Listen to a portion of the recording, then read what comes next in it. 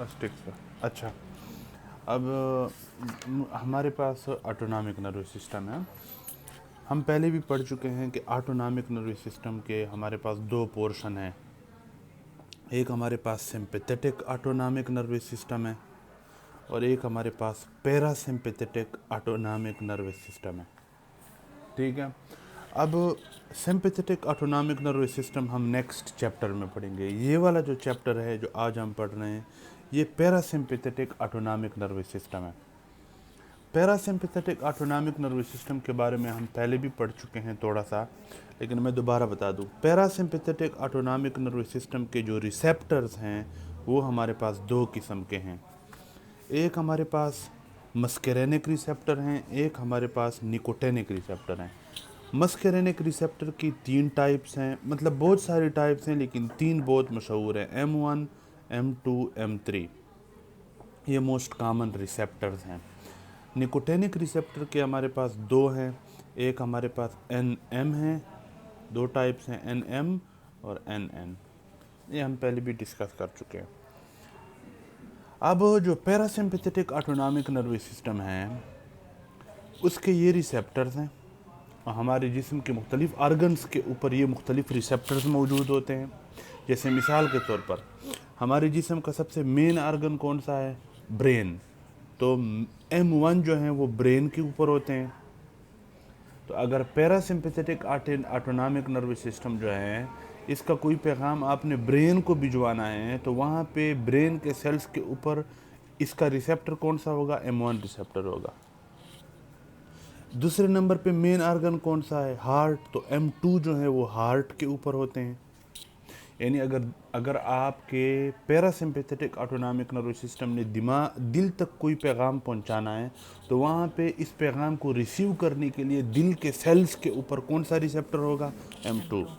और इसके अलावा आपके जितने भी आर्गन्स हैं आपके जिस्म में, जैसे आई हो गई, आंख, GIT हो गया, स्मूथ मसल्स हो गए, उन सब के ऊपर आपके पास M3 होता है, अदर आर्गन्स। मिसाल के तौर पर हमारा जिस्म ये चाहता है, हमारा parasympathetic autonomic nervous system supply हम GIT को देते हैं कि GIT की मोटिलिटी ज़्यादा हो जाए और ख़ुराक नीचे की तरफ जाना शुरू हो जाए।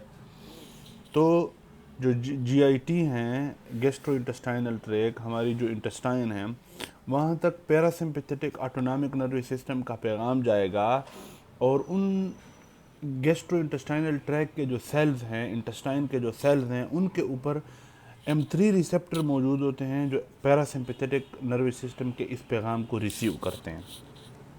इस तरह आंखों के ऊपर भी M3, मुख्तलिफ स्वेट ग्लैंड्स के ऊपर भी M3, सही है, सलाइवरी ग्लैंड्स के ऊपर भी M3, स्वेट ग्लैंड नहीं, सलाइवरी ग्लैंड के ऊपर M3, सही है। इन सब के ऊपर जितने भी इन दो के अलावा आर्गन हैं उनके ऊपर M3 होते हैं। ये हम पहले चैप्टर में भी पढ़ चुके हैं। निकोटेनिक रिसेप्टर 2 किस्म के हैं, NM और NN। NM नाम से ज़ाहिर है न्यूरोमस्कुलर, यानी जहाँ पे एक नर्व आ रही है वो जहाँ पे एक मसल के साथ इंटरेक्शन करती हैं, तो यहाँ पे मसल के ऊपर जो रिसेप्टर मौजूद होगा वो NM रिसेप्टर होगा। यानी पैरासिम्पैथेटिक का जो मसल के ऊपर, स्केलेटल मसल के ऊपर जो रिसेप्टर होगा जहाँ पे न्यूरॉन और मसल एक दूसरे के साथ इंटरेक्ट करते हैं, उसका नाम NM है, यानी न्यूरोमस्कुलर। इस रिसेप्टर का नाम NM होगा। NN कहाँ पे होता है? जहाँ पे एक न्यूरॉन और अगला न्यूरॉन एक दूसरे के साथ इंटरेक्ट करते हैं, यानी ये एक न्यूरॉन है, ये अगला न्यूरॉन है, ये वो जगह है जहाँ पे ये दो न्यूरॉन एक दूसरे से इंटरेक्ट करते हैं। तो इस न्यूरॉन से जो मैसेज निकलता है वो इस न्यूरॉन तक पहुँचेगा। इस न्यूरॉन के ऊपर इस मैसेज को रिसीव करने के लिए कौन सा रिसेप्टर होगा? ये रिसेप्टर होगा NN। तो ये न्यूरोनल, जहाँ पे न्यूरॉन और न्यूरॉन आपस में मिलते हैं वहाँ NN, जहाँ पे न्यूरॉन और मसल आपस में मिलते हैं वो हमारे पास NM है। ये हम पहले भी पढ़ चुके हैं। हम ये भी पढ़ चुके हैं पिछले चैप्टर में कि ये मैसेज रिसीव करने के लिए कौन सा न्यूरोट्रांसमीटर, मैसेज डिलीवर करने के लिए एक चीज़ इस्तेमाल होती है। देखो, ये न्यूरॉन है, ये मसल है, इनके दरमियान में ये खाली जगह है जिसको हम साइनेप्टिक क्लेफ्ट कहते हैं। Synaptic cleft. इसको साइनेप्सिस कहते हैं। साइनेप्सिस मीन मिलना, और जहाँ पे ये दो मिल रहे हैं वहाँ पे जो खाली जगह है इसको हम साइनेप्टिक क्लेफ्ट या साइनेप्टिक जंक्शन कहते हैं। सही है। अब न्यूरॉन के अंदर एक मैसेज है, वो मैसेज हमने मसल तक पहुंचाना है, दरमियान में तो खाली जगह है, तो ये मैसेज तो यहाँ से यहाँ तक नहीं आ सकता, इस रिसेप्टर तक जो रिसेप्टर मसल के ऊपर मौजूद है। तो इस मैसेज को न्यूरॉन से इस रिसेप्टर तक लाने के लिए एक चीज़ मौजूद होती है जिसको कहते हैं neurotransmitter. Neurotransmitter, parasympathetic nervous system का न्यूरोट्रांसमीटर कौन है? Acetyl choline. यहाँ से एसिटाइल कोलिन निकलता है, एसिटाइल कोलिन आता है और इस रिसेप्टर के ऊपर बाइंड हो जाता है और इस मसल तक ये मैसेज पहुँच जाता है। यहाँ से एसिटाइल कोलिन निकलता है, इस नर्व से एसिटाइल कोलिन निकलता है, एसिटाइल कोलिन आके इस नर्व के ऊपर मौजूद जो एन रिसेप्टर हैं इसके ऊपर बैठ जाता है और ये मैसेज इस नर्व तक पहुँच जाता है। तो ये मैसेज को एक न्यूरॉन से दूसरे न्यूरॉन या न्यूरॉन से मसल के ऊपर मौजूद रिसेप्टर तक लाने के लिए जो चीज़ इस्तेमाल होती है उसका नाम क्या है? न्यूरोट्रांसमीटर। जिस तरह न्यूरॉन जो ट्रांसमिशन मीन ट्रांसमिट करना, पहुंचाना, तो ये न्यूरोट्रांसमीटर है। और पैरासिम्पैथेटिक नर्वस सिस्टम का जो न्यूरोट्रांसमीटर है उसका नाम क्या है? Acetyl choline. Acetyl choline. ये समझ आ गई। अब हमें ये समझ आना चाहिए कि ये जो एसिटाइल कोलिन है ये इस न्यूरॉन के अंदर कैसे बन गया। देखो, इस न्यूरॉन से ये निकल के बाहर आया और इस मसल के ऊपर मौजूद एनएम रिसेप्टर के ऊपर बैठ गया। इस न्यूरॉन से भी ये निकला और अगले न्यूरॉन के ऊपर मौजूद रिसेप्टर के ऊपर बैठ गया। तो इस न्यूरॉन ने ये एसिटाइल कोलिन कैसे बनाया, इसके ऊपर हम बात करेंगे। सही है। अब इसके ऊपर हम बात करने के लिए यहाँ पे आते हैं। तो देखो, ये लेट सपोज हमारे पास एक न्यूरॉन है। ये न्यूरॉन जो था ये वाला, ये इसको मैंने यहाँ पे ये बड़ा कर दिया और ये हमारे पास मसल है और ये मसल के ऊपर मौजूद कौन सा रिसेप्टर है? एन-एम। अब ये जो न्यूरॉन है इसमें कैसे एसिटाइल कोलिन तैयार होता है? इसमें बेसिकली ये होता है कि जो एसिटाइल कोलिन बाहर निकल गया था, यहाँ पे आ गया था, इस एसिटाइल कोलिन को तोड़ा जाता है इनटू कोलिन एंड एसीटेट। कि एसिटाइल कोलिन था तो एसीटेट अलग हो गया, कोलिन अलग हो गया। ये कब टूटा? एसिटाइल कोलिन यहाँ से निकला, अपने रिसेप्टर के ऊपर बैठ गया। जब रिसेप्टर के ऊपर बैठा तो मसल तक पैगाम पहुँच गया। अब पैगाम तो पहुँच गया, अब इस एसिटाइल कोलिन का हमने क्या करना है? अचार तो नहीं डालना, इसको हमने तोड़ना है।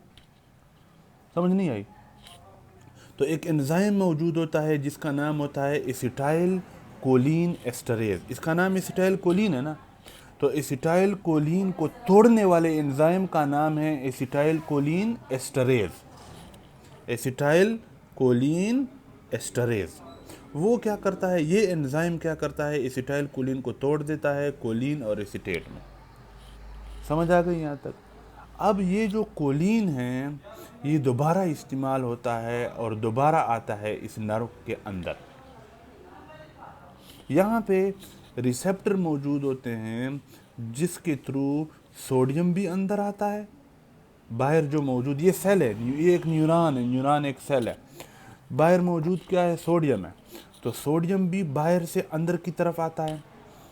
तो ये सोडियम जब बाहर से अंदर की तरफ आता है तो ये अपने साथ इस कोलिन को भी अंदर धकेल लेता है और कोलिन अंदर इंटर हो जाता है।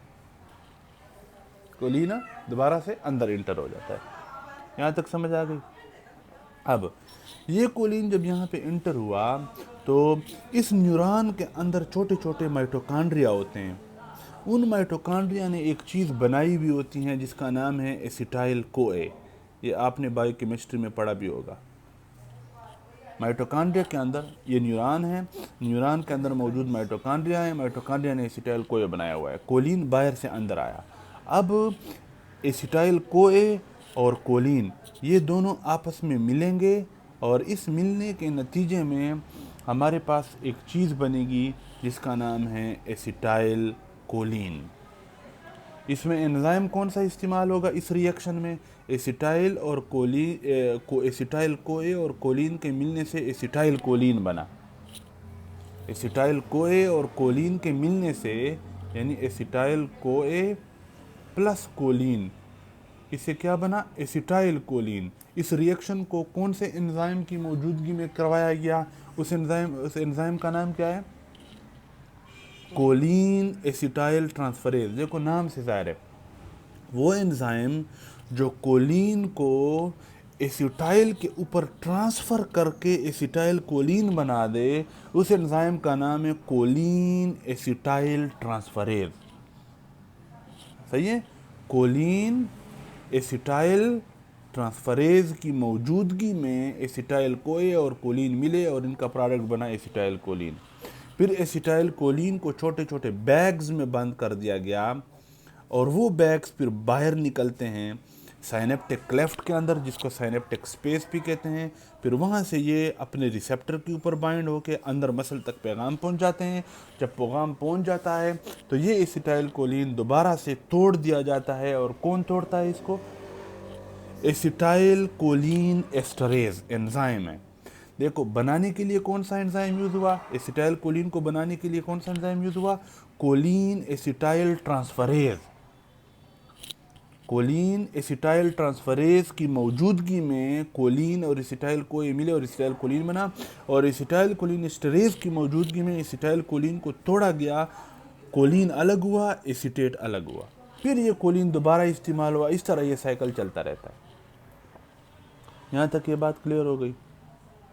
हाँ, अब देखो जो एसिटाइल कोलिन है इसकी हाफ लाइफ बहुत थोड़ी है, यानी ये एसिटाइल कोलिन यहाँ पे निकला, बहुत थोड़े टाइम में ये काम करके अब इसका असर ख़त्म हो जाएगा। असर क्यों इसका ख़त्म हुआ, क्योंकि जो ही ये बाहर निकला अपने रिसेप्टर के ऊपर बैठा, काम किया, मैसेज अंदर चला गया, फ़ौरन एसिटाइल कोलिन एस्टरेज एंजाइम इसको तोड़ देता है। इसलिए इसकी ज़िंदगी बहुत थोड़ी है, एसिटाइल कोलिन की ज़िंदगी बहुत थोड़ी है, क्योंकि ये enzyme acetyl choline esterase enzyme है, ये फ़ौरन इसको तोड़ देता है। और हम कहेंगे कि एसिटाइल कोलिन को रिमूव करने का, यहाँ से निकालने का, यहाँ से तोड़ने का, इस जगह को खाली करने का जो मेजर पाथवे है वो कौन सा है, वो ये वाला पाथवे है कि एसिटाइल कोलिन एस्टरेज एंजाइम की मौजूदगी में इसको तोड़ना। यहाँ तक इस बात की समझ आ गई। पपोइस वाले ये था हमारे पास इसका मेजर कि ये बनता कैसे। तो ये अब अगर कोई आपसे ये पूछे कि ये मेन इसमें रेट लिमिटिंग स्टेप कौन सा है, rate limiting step mean acetyl choline के बनाने के लिए कि जो प्रोसेस हैं, जो रिएक्शन है कि कोलिन वापस गया, फिर कोलिन एसिटाइल को ऐसे मिला, फिर ये मिले तो एसिटाइल कोलिन बना, तो इन सारे स्टेप्स में जो मेन स्टेप्स जिसको आप रेगुलेट कर सकते हो वो कौन सा स्टेप है, वो कोलिन का अंदर ले जाना है। तो ये मेन स्टेप है, इसलिए हम कहते हैं कि the uptake of choline, uptake mean choline को दोबारा लेना, this is the rate limiting step of this whole process. ये एसिटाइल कोलिन की सिंथेसिस का जो प्रोसेस है इसका रेट लिमिटिंग स्टेप कौन सा है, अपटेक ऑफ कोलिन, कोलिन को बाहर से अंदर लेके आना। तरदीज पूरे पे पे अब हमारे पास ये तो था वो। अब हम ये चाहते हैं, लेट सपोज हम ये चाहते हैं कि ये एसिटाइल कोलिन यहाँ से ना निकले, ये एसिटाइल कोलिन यहाँ से ना निकले। तो अगर आप ये चाहते हो कि एसिटाइल कोलिन यहाँ से ना निकले तो यहाँ पे एक और रिसेप्टर मौजूद होता है, उस रिसेप्टर का नाम है M2 रिसेप्टर। उस रिसेप्टर का क्या नाम है, M2। M2 रिसेप्टर को अगर आप स्टिमुलेट करते हो तो एसिटाइल कोलिन बाहर नहीं निकला। मिसाल के तौर पे ये एसिटाइल कोलिन बाहर निकला, अब ये एसिटाइल कोलिन गया और M2 रिसेप्टर के ऊपर बैठ गया, तो ये सेल अब मज़ीद एसिटाइल कोलिन बाहर नहीं निकालेगा। ये कब होता है, जब बहुत ज़्यादा एसिटाइल कोलिन बाहर निकल आए, तो यही एसिटाइल कोलिन यहाँ आके इस रिसेप्टर के ऊपर बाइंड होते हैं और इस न्यूरॉन को बता देते हैं कि आपने मज़ीद एसिटाइल कोलिन नहीं निकालने, क्योंकि हम ऑलरेडी बहुत सारे निकले हुए हैं। समझ नहीं आई? तो एसिटाइल कोलिन जहाँ से निकला था उसको दोबारा इस रिसेप्टर के थ्रू इसने बंद कर दिया, इसलिए इस रिसेप्टर का नाम ऑटो रिसेप्टर है, जो ऑटोमेटिकली काम करता है। एसिटाइल कोलिन निकला, ये एसिटाइल कोलिन गया और इस रिसेप्टर की मदद से सेल को मना कर दिया कि मज़ीद एसिटाइल कोलिन ना निकालो। तो यहाँ का ऑटो रिसेप्टर कौन सा रिसेप्टर है, M2 रिसेप्टर। पदे खबरें बांधे पोए से सही से। एक तो हो गया ये। अब हमारे पास कुछ ड्रग्स हैं जो यहाँ पे काम करती हैं इस टेबल पे। मिसाल के तौर पर हमारे पास एक दवाई है जिसका नाम है हेमिकोलिनियम। कौन सा? हेमिकोलिनियम। हेमिकोलिनियम जो है ये ड्रग अगर आप किसी बंदे को दो तो इसके न्यूरॉन, जितने भी न्यूरॉन हैं उनमें ये जो कोलिन की अपटेक वाला प्रोसेस है ये बंद हो जाएगा। सही है? कोलिन की अपटेक जो है इसको बंद कौन सी दवाई कर सकती है? हेमिकोलिनियम। सही है? ये इस तरह याद रखो, मैंने इस तरह याद रखा था कि हेमिकोलिनियम एक दवाई है जो यहाँ आके इसको कहती है कि हमारा कोलिन, ये कोलिन हमारा कोलिन है, तुम इसको अंदर नहीं लेके जा सकते, तो हमारे कोलिन से याद रखो हेमिकोलिन। हेमिकोलिन जो है वो इस प्रोसेस को बंद करता है। यहाँ तक इस बात की समझ आ गई? हाँ। अब दूसरे नंबर पे हमारे पास दवाई है जिसका नाम है बाचोलिनम टॉक्सिन। बाचोलिनम टॉक्सिन। इसको बाचोलिनम टॉक्सिन इसलिए कहते हैं कि क्लोस्ट्रीडियम बाचोलिनम एक बैक्टीरिया है, वो ये वाला टॉक्सिन प्रोड्यूस करता है। ये चीज़ कौन प्रोड्यूस करता है? हाँ, क्लोस्ट्रीडियम बाचोलिनम एक बैक्टीरिया है, इसलिए इसको हम बाचोलिनम टॉक्सिन कहते हैं। ये कैसे करता है? ये बाचोलिनम टॉक्सिन आते हैं यहाँ पे, और यहाँ पे एक प्रोटीन होता है जिसका नाम है साइनेप्टोब्रेविन। साइनेप्टोब्रेविन ये इसके साथ बातचीत करता है, और बातचीत करने के बाद एसिटाइल कोलिन के बाहर निकलने को बंद कर देता है, एसिटाइल कोलिन के रिलीज होने को बंद कर देता है। सही है? हम कहेंगे कि बाचोलिनम टॉक्सिन आता है और आपके न्यूरॉन के अंदर मौजूद कुछ प्रोटीन्स हैं जो कि एसिटाइल कोलिन को बाहर निकालने के लिए ज़रूरी होते हैं। वो प्रोटीन, उनका नाम है साइनेप्टोब्रेविन। बाचोलिनम टॉक्सिन आके साइनेप्टोब्रेविन से इंटरेक्शन करता है, बातचीत करता है, और बातचीत के बाद वो दोनों एक प्रेस कॉन्फ्रेंस करते हैं और वो इस नतीजे पर पहुंच जाते हैं कि हमने एसिटाइल कोलिन को बाहर नहीं निकालना। तो ये देखो, हेमिकोलिनियम की वजह से कोलिन अंदर अपटेक नहीं होगी, कोलिन अंदर अपटेक नहीं होगी तो एसिटाइल कोलिन नहीं बनेगा ना। बाचोलिनम टॉक्सिन अगर दोगे मरीज को तो वो आके यहाँ पे साइनेप्टोब्रेविन के साथ इंटरेक्शन करके ये जो बने हुए एसिटाइल कोलिन है इनको बाहर निकालने से मना करेगा। खबरें बांधे ना से पोई। एक तो हो गई ये। अब देखो, जब ये बाहर नहीं निकलेंगे, एसिटाइल कोलिन जब बाहर नहीं निकलेगा तो ये मसल के ऊपर नहीं बैठेगा। जब मसल के ऊपर नहीं बैठेगा तो मसल कंट्रैक्ट नहीं होगा ना। यही वजह है कि बाचोलिनम टॉक्सिन को जो एक्टर होते हैं वो यूज़ करते हैं। किस नाम से आता है ये? बोटॉक्स। बाचोलिनम टॉक्सिन बोटॉक्स के नाम से आता है। अगर ये कोई बंदा यूज़ करे तो इसके चेहरे के ऊपर जो झुर्रियाँ बन जाती हैं उम्र ज़्यादा होने की वजह से, वो नहीं बनेंगी। वो क्यों बनेंगी? क्योंकि देखो, लेट सपोज ये आपका फेस है ना, ये इसके ऊपर झुर्रियाँ बन गई हैं, उम्र के साथ जो लकीरें बन जाती हैं। अब ये लकीरें क्यों बनती हैं?